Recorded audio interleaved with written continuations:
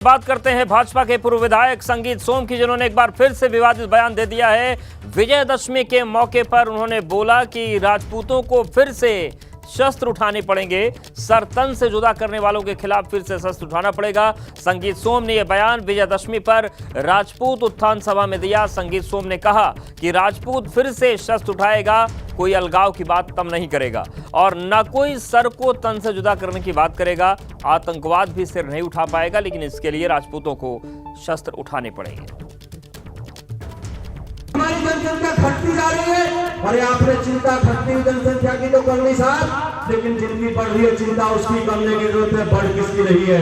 अरे बढ़ किसकी रही है देखिए, इसीलिए शस्त्र पूजन हुआ है साहब। हो सकता है अनिल भाई आने वाले टाइम में फिर इन शस्त्रों की जरूरत हमें पड़े, फिर से हमें शस्त्रों की जरूरत पड़ेगी। जब बिल्कुल आतंक हो जाएगा फिर से हमें इन शस्त्रों की जरूरत पड़ेगी और फिर से लड़ाई हमें लड़नी पड़ेगी दोस्तों। और इस वक्त बड़ी खबर दिल्ली से है, जहां पर राष्ट्रपति से मिले हैं डिप्टी सीएम केशव प्रसाद मौर्य। राष्ट्रपति द्रौपदी मुर्मू से उन्होंने शिष्टाचार मुलाकात की है। तो बड़ी खबर दिल्ली से है, जहां पर राष्ट्रपति से मुलाकात करने के लिए पहुंचे थे डिप्टी सीएम केशव प्रसाद मौर्य और ये शिष्टाचार मुलाकात है। शिष्टाचार मुलाकात करने के लिए पहुंचे हैं और देखिए उसकी तस्वीर भी हम आपको दिखा रहे हैं। राष्ट्रपति द्रौपदी मुर्मू से मिलने के लिए पहुंचे थे डिप्टी सीएम केशव प्रसाद मौर्य। उन्होंने राष्ट्रपति द्रौपदी मुर्मू से शिष्टाचार मुलाकात की है।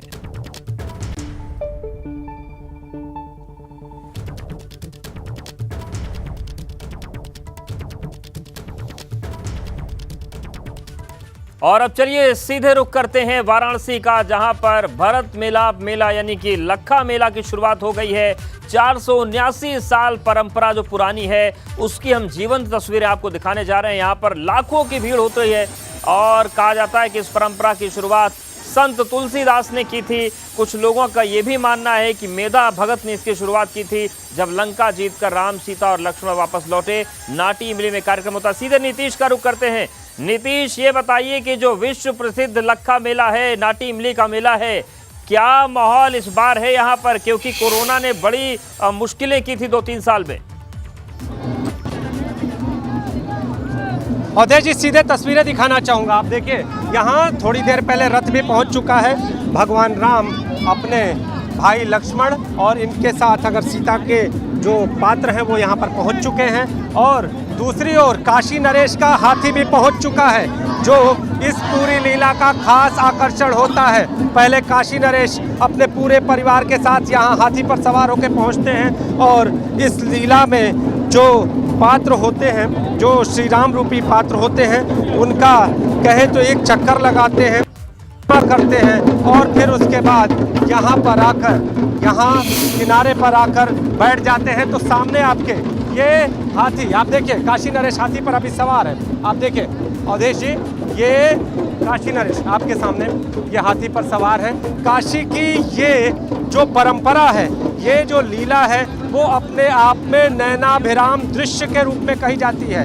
कहा जाता है कि जब 4:40 पर सूरज की किरणें इस मंच पर पड़ती हैं तो साक्षात भगवान श्री राम के रूप में यहाँ पर दर्शन होते हैं। और अवधेश जी, एक चीज़ और आपको बता दूं कि आज मौसम थोड़ा खराब है, यहाँ पर बारिश हो रही है और बारिश के कारण भले ही अब देखना है कि क्या भगवान भास्कर मेहरबान होते हैं, बादलों से सूरज की किरणें मंच पर पड़ती हैं, लेकिन 4:40 पर इस लीला को पूर्णतया यहाँ पर किया जाएगा।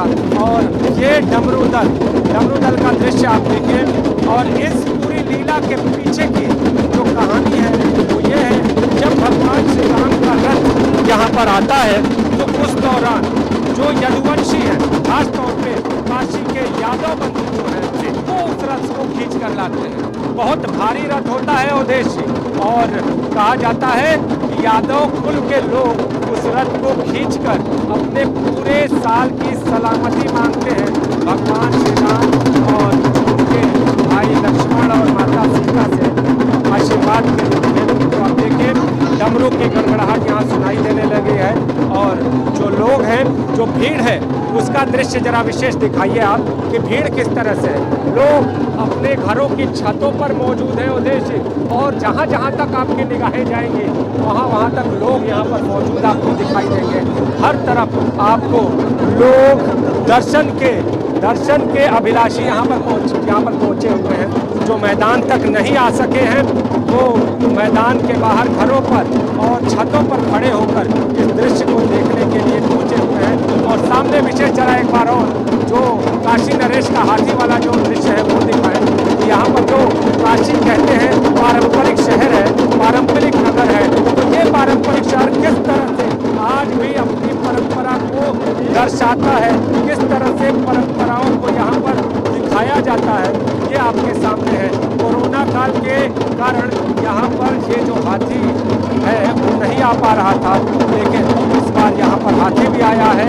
इस बार इस लीला को देखने के लिए आप देखिए बारिश हो रही है, लेकिन भीड़ का उत्साह आपको कहीं से कम दिखाई नहीं दे रहा है। तो जो भीड़ है वो लगातार यहाँ पर लगी हुई है।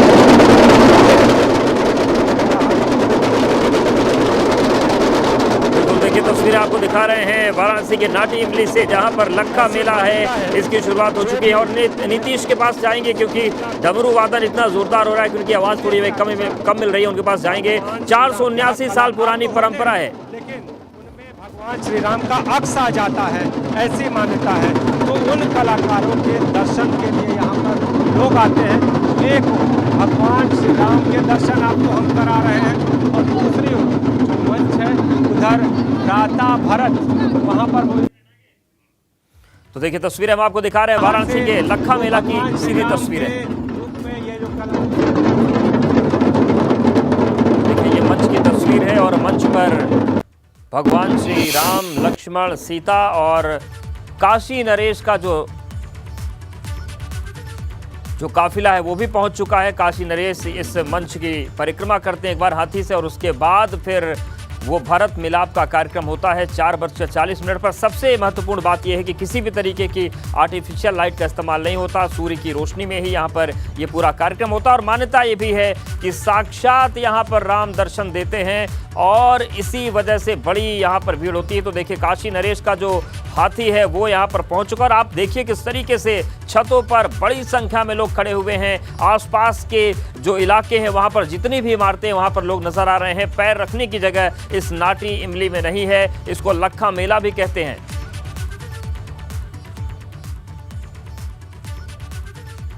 और एक बार फिर से रुक करते हैं नीतीश का, हम आपको दिखाते जी। चलते हैं।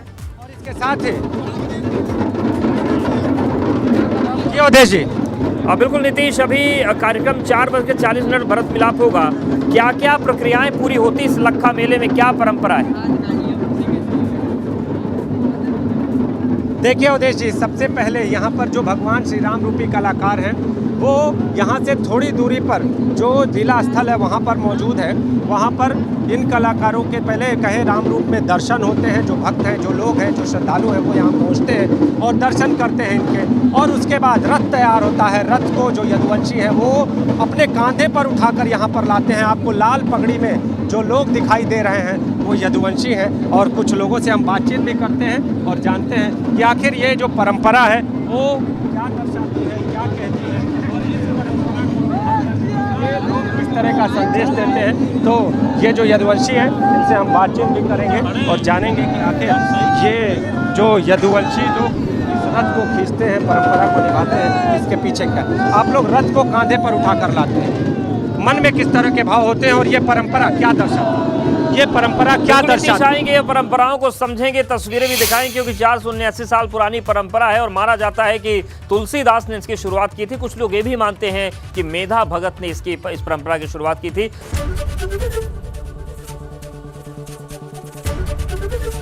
एबीपी गंगा, खबर आपकी, जुबान आपकी।